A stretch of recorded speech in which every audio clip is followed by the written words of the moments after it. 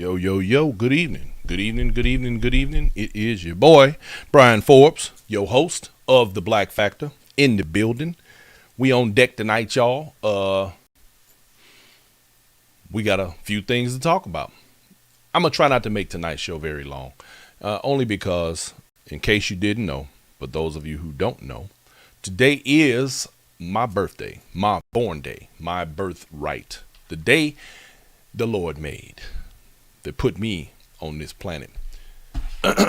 Before we get good and started, y'all, let me welcome you to The Black Factor. Don't forget to like, subscribe. Don't forget to hit the notification button so you can always know when we're coming on. You can join us at Twitch or Twitter. And always remember to support black media. And to my also smooth radio family out there, thank you for tuning in, as you always do every Wednesday. I appreciate you very much. And we're going to have a good conversation today. We're going to talk about some real life stuff, some of that good stuff, you know. For those of you who want to get that Oh So Smooth app, you can get that at the Play Store or iTunes. So you can tune in and you don't have to be sitting in front of your computer or your phone, and you can just listen. Either way, it's a good thing. Hey, y'all, it's my birthday. I turned 21 today. 21. Yep. Yeah. Anyway, yeah. And also, I forgot to mention, just in case you hadn't noticed, yep, I cut my hair off. I did it again. But this time I think I'm gonna let it stay for a little while. After this cut, I'm gonna go ahead and I'm gonna let it hang in there for a little while. Thank you, Danetta. I see you. Thank you very much for that happy birthday wish. I appreciate you very much. Thank you. And happy birthday to you, because I know you are also a Virgo. So look, y'all, it's been an interesting day. It's been an interesting week. But let me start by saying this. My man Rudy Dotton is in the building. Thank you, sir, for that happy birthday wish. I appreciate you. Rudy, I need to call you, by the way. I'm going to talk to you this evening. Val Wells, I see you. Thank you for checking in. I want to first say this. I want to thank all of the many people who reached out and wished me a happy birthday. I appreciate the fact that you were all able to take your time out and do that for me. I do appreciate it. I want you to know how much I appreciate it. Bernadette Wright, I see you. Thank you for checking in. And I don't know. I think the older I get, the more I appreciate it.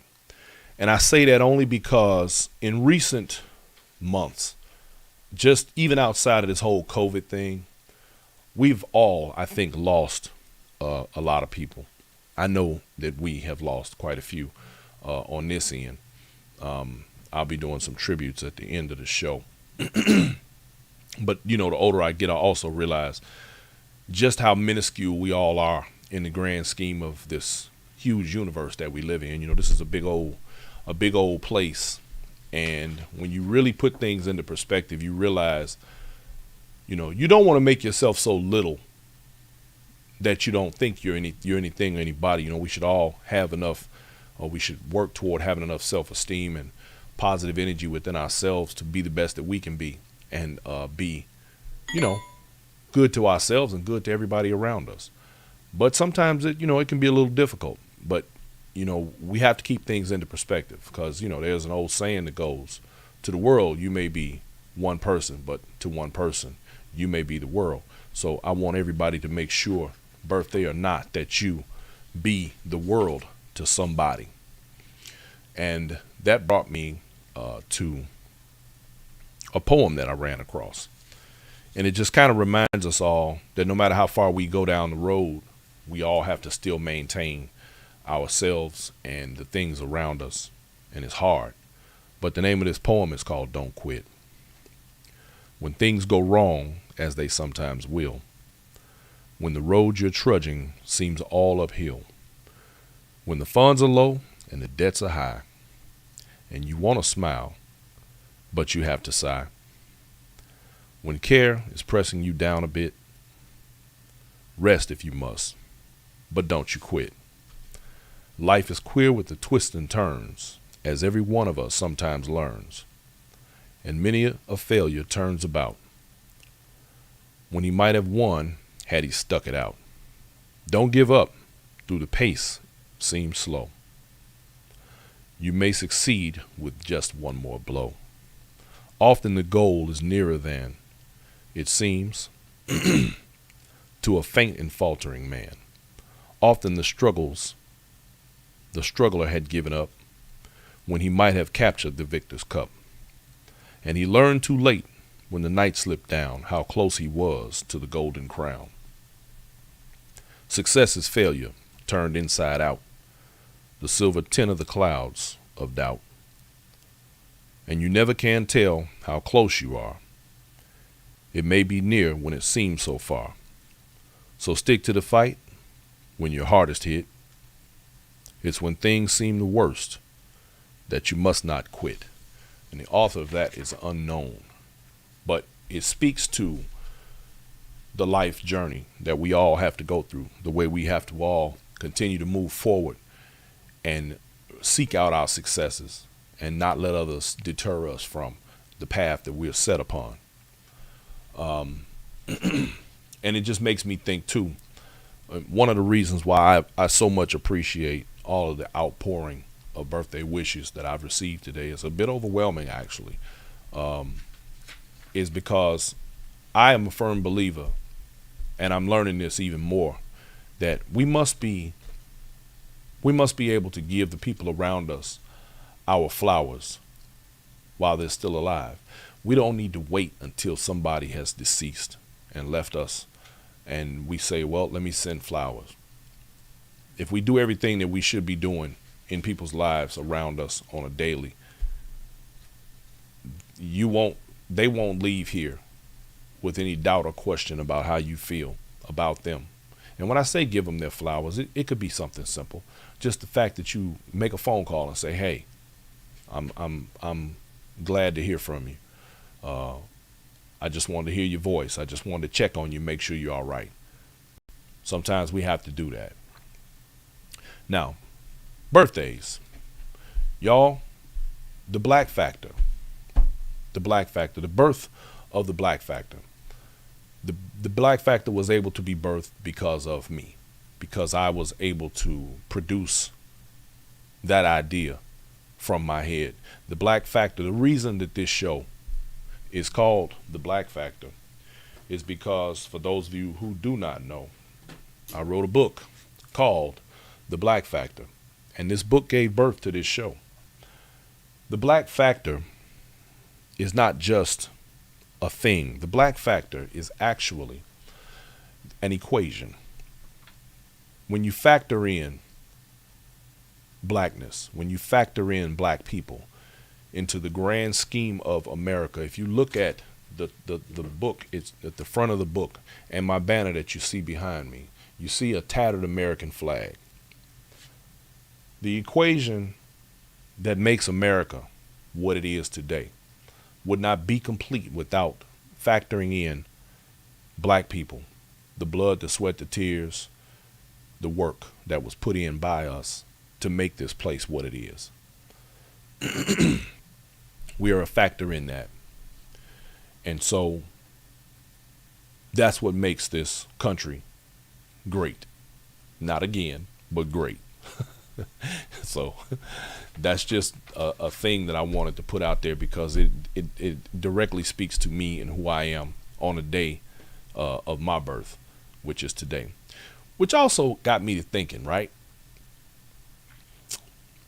We celebrate our birthdays, and I know that we have Mother's Day and Father's Day. But it makes you wonder, should we not be celebrating the ones who gave birth to us? The fact that if those two people had not gotten together, would we be here? So I wonder, should we celebrate ourselves on our birthday, or should we celebrate our parents, our ancestors, and those who came before us? It's just a thought. It was something that crossed my mind. But yeah, anyway. I want to say this. No one in this life, by you being born, you're given a birthright. You're given the ability to be the best that you can be. And it disturbs me when I see so many who go about in life and they try to imitate others. They are impersonators and imposters. Nobody can be a better you than you. Why try and be something that you're not. You'll always be second best at it. The best thing you can do is be who you are. So that idea got me to thinking, right? Birthdays. Why do birthdays have to be celebrated? Well, when we celebrate somebody's birthday, we're not only celebrating the length of their life, but we celebrate how much they've grown supposedly in the last year. And they're important because everyone on their birthday is made to feel special, like I feel today. And I want to thank all of y'all for doing that. And I appreciate, again, all of the birthday wishes. But birthdays, I started digging a little bit. And I started, because, I got to thinking, and this is how my mind works. Why do people celebrate birthdays? Where do they come from? What is the origin of the birthday? So I started digging. And I found out that it's sort of well, let's do it this way. Who celebrated birthdays first, right? And speaking of which, before I even go there, let me just add this little tidbit. I also found out the question was, what month are intelligent babies born? And it said those born in September are apparently the smartest out of the entire year. According to Marie Claire, a study published in the National Bureau of Economic Research found that there's a clear correlation between the month during which you were born and how smart you are. I thought that was an interesting bit of information. Us Virgos, that's right, Virgo season, y'all. Anyway, first birthdays. Here's what happened. Referring to the Bible, the first birthday is believed to be celebrated somewhere around 3000 BC in ancient Egypt. The pharaohs who were crowned in ancient Egypt were believed to be transformed into gods, and their birthdays was the birthday was the first to be celebrated ever in history. So in other words, at that time, birthdays were only celebrated by those who were supposedly pushed upon or gone into being godlike because they were pharaohs. They used to, in ancient Egypt, a pharaoh was considered a god rather than, a regular human being. But birthdays didn't begin until calendars were actually created. Early civilizations had no way to keep track of time other than by using the moon, the sun, or some other important event. This made it difficult for them to pay attention to the anniversary of a person's birth. So they didn't have a calendar. They didn't, oh, look, it's the 15th, it's my birthday. They didn't have that. So it started, it makes you wonder where did all of this start? So as time went on, everyone realized that they all experienced the effects of aging, right? They just didn't have a means to mark the special milestone for it. It wasn't until ancient people began taking note of the moon cycles and they began paying attention to the change in seasons as well. They also noticed this pattern repeated itself over and over again. They began marking these changes in time. See, this is the beginning of of how the calendars came to be. This is what bore the first calendars, which marked time changes and other special days. From this type of tracking system came the ability to celebrate birthdays and other significant events and anniversaries each year. It all started with the Egyptians. And the interesting thing, and I read a poem a couple of shows ago. No, I'm sorry, last show. And it was Gil Scott-Heron, and he talked about his story. If you ever get a chance, if you want to, you can go back to my previous show and listen to that poem, or you can find Gil Scott-Heron and type in his story on YouTube, and you'll get to hear that poem. But he talked about the how it is amazing that Egypt somehow became part of the Middle East when it is on the continent of Africa. See, this is part of the whitewashing of history. Scholars who study the Bible say the earliest mention of a birthday was around 3000 BCE and was referenced to a pharaoh's birthday, but further study implies that this was not their birth into the world, but their birth as a god. When Egyptian pharaohs were crowned in ancient Egypt, they were considered to have transformed into gods. This was the moment in their lives that became more important than their physical birth. Pagans, such as ancient Greeks, believed that each person had a spirit that was present on the day of his or her birth. This spirit kept watch and had a mystic relation to the god on whose birthday that particular individual was born. So in other words, this is sort of the beginning of astrology as well. You can thank the Greeks for those birthday candles. Now, check this out. Y'all ever wonder why you get a birthday cake and candles? Well, I got an answer for you. We'll get to that. Gods and goddesses were a huge part of Greek culture. Greeks offered many tributes and sacrifices to appease the gods. The lunar goddess Artemis was no different. As a tribute to her, the Greeks would offer up moon-shaped cakes, is where your birthday cake came from, adorned with lit candles to recreate the glowing radiance of the moon and Artemis' perceived beauty. The candles also symbolize the sending of a signal or prayer. Blowing out the candles with a wish was another way of sending that message to the gods. Birthdays first started as a form of protection. It is assumed that the Greeks adopted the Egyptian tradition of celebrating the birth of a god. They, like many other pagan cultures, thought that days of major change, such as these birthdays, welcomed evil spirits. I bet y'all didn't know that.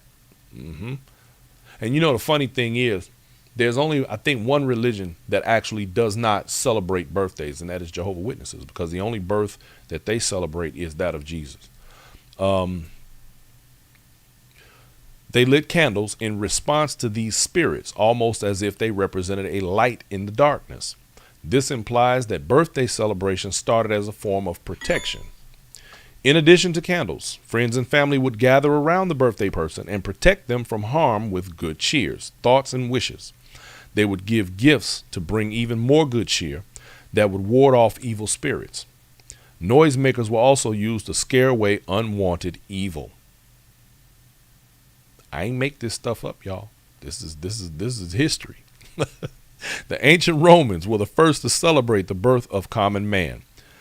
This seems to be the first time in history where a civilization celebrated the birth of non-religious figures. Regular Roman citizens would celebrate the birthdays of their friends and family members. The government, however, created public holiday in honor of more famous citizens. Any Roman turning 50 years old would receive a special cake baked with wheat flour, olive oil, grated cheese, and honey. But an important thing to note is that only men would experience this birthday celebration. Female birthdays were not celebrated until about the 12th century. See, that's that patriarchal society that we actually still live in. And one day I'm going to get into the history. In fact, in a couple of weeks, I will be lucky enough to have Sister X, if you all remember her, in the studio live. And I would love to get her into the conversation about the matriarchy that society was actually born under. That should be really interesting. See, for you ladies, in case you didn't know, women once ruled the world. Any Roman turning, I'm sorry, I did that. So birthdays were first considered to be a pagan ritual in Christian culture. In Christianity, it is believed that all people are born with original sin, that in combination with early birthdays being tied to pagan gods, led Christians to consider birthdays to be celebrations of evil. So early Christians did not want to celebrate birthdays because it was considered pagan, evil. This lasted for the few hundred years of the existence of the Christian church. It wasn't until the 4th century that Christians abandoned the way of thinking and began celebrating the birth of Jesus, also known as Christmas. Celebrating the birth of Jesus was partly enacted to recruit those who already celebrated Saturnalia, the Roman holiday. So see, now I'm not going to get into a whole Bible study thing here, but we all know that Christmas is not actually the birth of Christ. So they probably, and you know how, again, the Egyptians assigned a birth date to the ascension to godlike existence. So that is probably why we have that particular day as the birth of Christ, or is represented as. Now, who invented the birthday cake? Well, the Germans did. German bakers invented the birthday cake as we know it today. The Industrial Revolution made a way for everyone to enjoy sugary cakes. Sugary cakes were a birthday commodity. Only wealthy people had access for quite some time. This was because the ingredients these sugary treats required were considered to be a luxury. Then the time in our history known as the Industrial Revolution allowed birthday celebrations in all cultures to proliferate. The required ingredients became more widely available. This, in combination with advances in mass production, allowed bakeries the option of offering customers pre-made cakes at lower prices. See how we take this stuff for granted? It really is amazing how you go back and you check the origins of stuff, and you just really you don't realize everything that it has, how it evolved to where it is. At this point, birthdays had been celebrated around the world, even in China, where a child's first birthday was more special than most. The first actual birthday cake was for children's birthdays in Germany in the Middle Ages.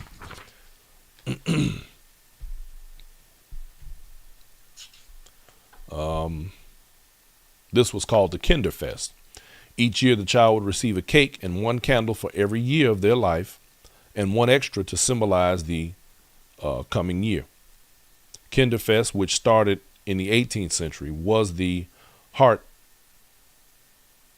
of the German birthday party that is closest to today's style of parties. This party was held for German kids, or Kinder. And they gave them a birthday cake adorned with candles. Kids were given one candle atop the cake for each year they had been alive, plus one for the coming year. Blowing out of these candles and making a wish was a big part of these celebrations. The tune of Happy Birthday. Now, we all sing Happy Birthday to people, right? Did anybody ever wonder where that came from? Well, it is a remix. Two sisters, Patty Hill and Mildred Hill, who happened to both be Kentucky school teachers. Birthday was born in America. The birthday song. Wrote a song called Good Morning to All in 1893 that was published in a book for other school teachers. The original intent of this song was to be sung in class by students before starting the day. Of course, when anything catches on, there are variations that are made. This song is no different. Robert Coleman published a songbook in 1924 that featured this song with a few extra lyrics that quickly came to overshadow the original lyrics. These new lyrics to that popular old tune became what we know as the birthday song today. In 1933, the new version was used in an Irving Berlin musical. One of the founding Hill sisters sued on the grounds that they held the copyright to the tune. They won the case, and the copyright still holds to this day. So guess what, y'all? You know how they cut the music off on Facebook? If they do that copyright thing. If you play the birthday song on Facebook, you'll probably get cut off because the copyright is still in effect. Some even believe this song is under copyright until the year 2030. Copyright proceeds are split with the copyright owner and the Hills estate. To this day now, estimated at around $2 million a year. They still make money off that song that they created in 1893. Now think about that. That's legacy. That's a legacy, y'all. That's somebody still living off of their ancestors' creations. That's something to think about. Here's a birthday bonus fun fact. Remember Marie Antoinette when they say that she said, "Let them eat cake"? Well, they say that she should not be attributed with that. They say this quote was this is a quote many people today attribute to Marie Antoinette, but it wasn't until 50 years after her death that French critic and journalist Alphonse Karr claimed that it was started with her.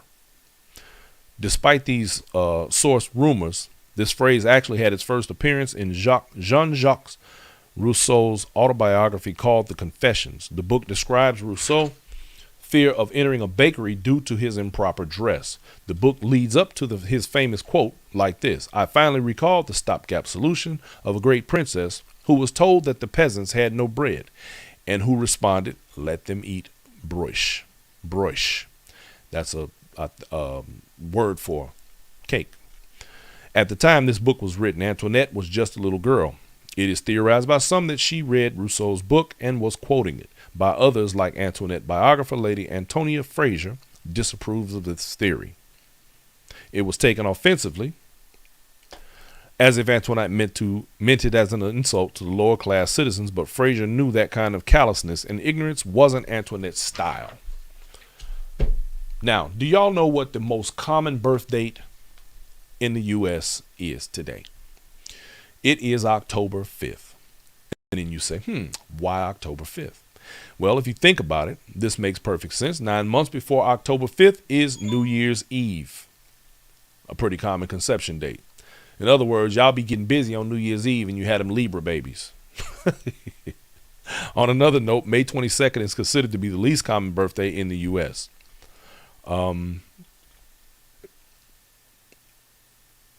Anyway, y'all, I'm not going to keep you guys tonight. Partly because I must retreat here pretty quickly. And the reason why, I have to at this time give condolences to my wife. She, on this week alone, has lost 2 close family members, and one was very sudden, and today, in fact. So we are mourning the loss of Miss Sandra Ross, who was my wife's aunt, and she succumbed to cancer on Monday. And so I want to send my condolences not only to my wife, but to Sandra's children, grandchildren, and great-grandchildren, and other relatives. And to add to that, we also lost another family member who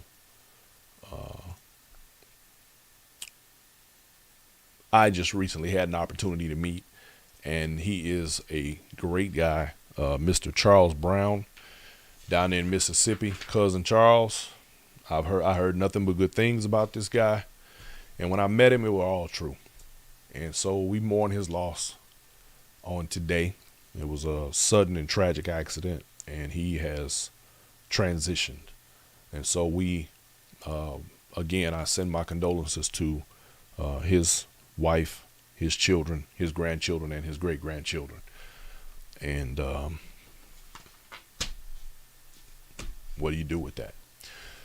Before I go, I'm going to send my traveling grace to all who are headed into Chicago for this weekend. It is the world's largest steppers contest. Let me give my shouts out to DJ Wajid Muhammad and his wife Elisa, because I know they're leaving here from San Antonio and they're going that way. And everybody else who is headed that way, I want to give shouts out to you, and y'all be careful and let us know how things are and that you're all right. So in the meantime and in between time, y'all, we're going to cut it short. We're going to move along. I'm going to go eat some dinner and hang out with the wife for a little while. And I want to thank you all for tuning in. And on next week's show, we are sure to have a very interesting history lesson. We won't be talking about birthdays no more, because my birthday will be over. Although my wife's birthday is coming up. So I want to thank everyone for hanging out with us tonight. I appreciate you all. I want to say thank you, thank you, thank you. Tune in again on next Wednesday, and we're going to get into some real history. All right. Everybody have yourselves a fantastic evening. I love you, and I thank you so much for all the birthday wishes, man. Y'all, I want you. Y'all have no idea how much it means to me. Thank you, thank you, thank you. I mean that from the bottom of my heart. Y'all have a good night.